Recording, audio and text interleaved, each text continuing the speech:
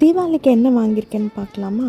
So first நான் காட்டுறது வந்து ஒரு full set chudi and 2 kurtis. இது 3மே வந்து நான் நாயுடு ஹாலில் தான் வாங்கியிருந்தேன். சுடி மட்டும்தான் வந்து கொஞ்சம் pricey, it was 2500.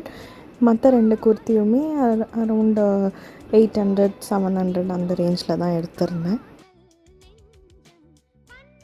Next 2 sari வந்து நல்லி சில்க்ஸில் எடுத்திருந்தேன்.